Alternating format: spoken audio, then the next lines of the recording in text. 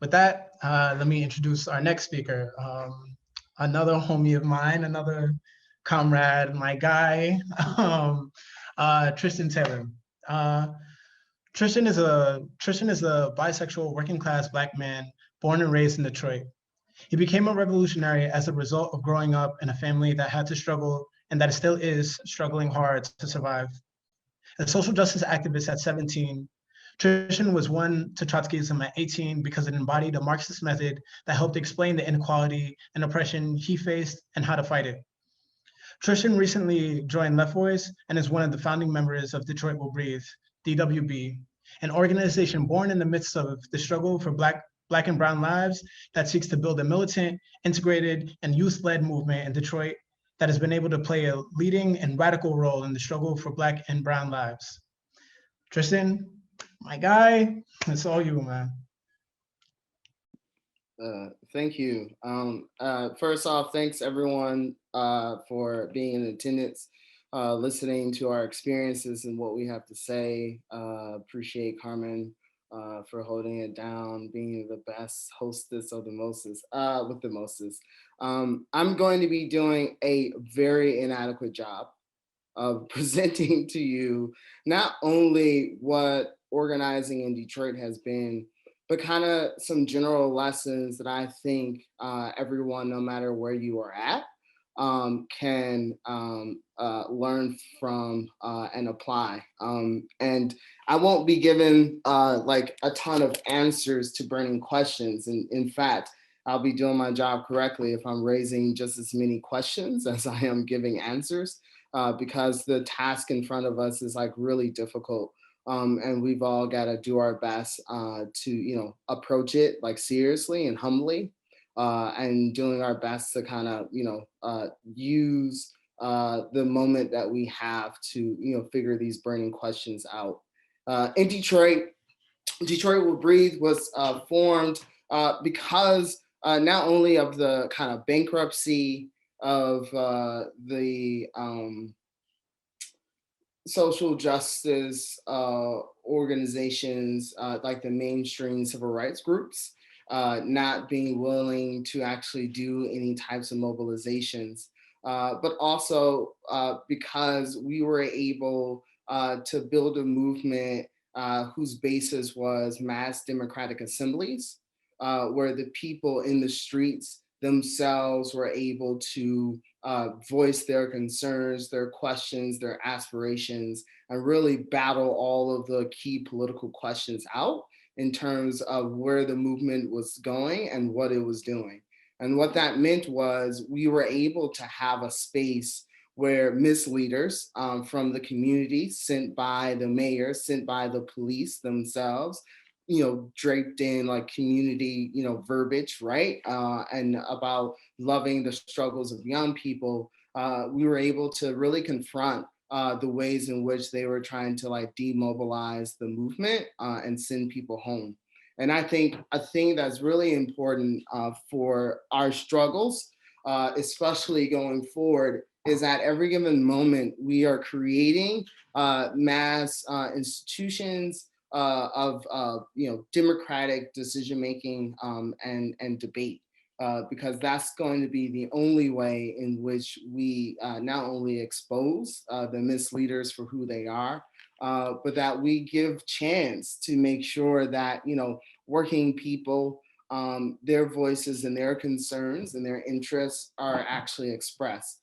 Because oftentimes, unfortunately, people who are, so-called community leaders of these nonprofit organizations tend to come from more privileged backgrounds, even the Black and Brown leaders, right? And what that means is not to say something morally wrong against being part of the middle class, but it does mean that sometimes you're a little more prepared to vacillate than working people who don't have the space to vacillate on the question of housing, right? Because they're like 1 foot in and out of being homeless, right? Or who can't afford to vacillate on the question of police brutality because they experience it on a daily basis, right? And so I think it's going to be really important that like we not only build like these mass democratic assemblies, but build them on the basis of really centering like the voices of working class and oppressed people themselves over and against these self-appointed leaders, you know, who come like with resources and titles. Detroit Will Breathe formed because we broke the curfew in Detroit, a racist curfew in a city that's majority Black, that has a population of 500, 600,000 people. Everyone knew that the curfew was racist. And we, I have to be honest with you, it took me a couple of days to kind of not only kind of, you know, summon up the courage, but to come up with a perspective of how we were going to like really resist that curfew. But once we made that determination, once I made the determination to stand with people who had been fighting since May 29th, you know, night after night of trying to like really fight for justice in police brutality, we saw like community leaders and pastors like mobilize to tell people not to break the curfew and that there are different ways to make your point. But we were able to stand firm, and because enough of us were prepared to stand firm, it meant that this opportunity was available to create an organization that was politically independent and controlled by the movement itself, right? And oftentimes, like people will talk about political independence, it's not clear what they mean by that. And by political independence, I mean, like the reason why we can't trust the Democrats because we don't control that, right? Because at the end of the day, the people who put money into the Democrats, like they get to control what they do and what they say. And we have to be invested in institutions that we have direct control in, because otherwise they're guaranteed to fail us. They're guaranteed to sell us out. And we have a whole history, unfortunately, of that taking place. And so by political independence, we mean organizations and movements that the people themselves directly control, right? And where like decisions are made on a democratic basis, where full discussion and debate can take place.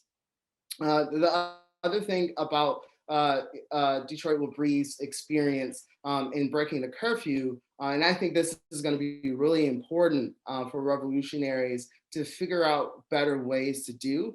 But we were able to expose through that experience not only the true nature of the police as a force that not only implements oppression and exploitation, right, and like and violence, but it is to uphold the system of capitalist exploitation or oppression. Because you know we strategically marched when the curfew was over, put ourselves in a position where we were with the around the community. And I've never seen Detroit police mobilize so many tanks and police officers in my whole entire life to shut down marches whose task for themselves was simply bringing the issue of police brutality and systemic inequality, up for discussion to expose that. And when we got arrested for breaking the curfew, the place they took us was a very interesting choice because they took us to Little Caesars Arena, which is a sports and hockey arena that's owned by one of the richest billionaires in Michigan. They're the people who own like the Tigers. They're also the people who own, what's that piece of place that they own? Little Caesars. It's the Illich family. And it was really striking to us because it showed the deep, intimate relationship the police have with the capitalists, because the fact that they basically had like the fucking keys to this private sports arena to process over 100 protesters fighting against police brutality showed in a real vivid way like who the police were working on behalf of and who they were servicing and who they respond and are intimately connected with. And I think that that's something that is going to be really important as we continue to build the movement of exposing the true nature of the police and who they serve. In Detroit, a Black trans woman by the name of Natasha Kiana was found dead in her car after members of the community tried to call the police, who didn't come out for 3 days. Yet in Detroit, we found 3 Black women who were illegally evicted by their slumlords, who called the police, who responded immediately, and even broke their own protocol in evicting these Black women in the middle of the night because their slumlords said that they were squatters, people who were in the house illegally.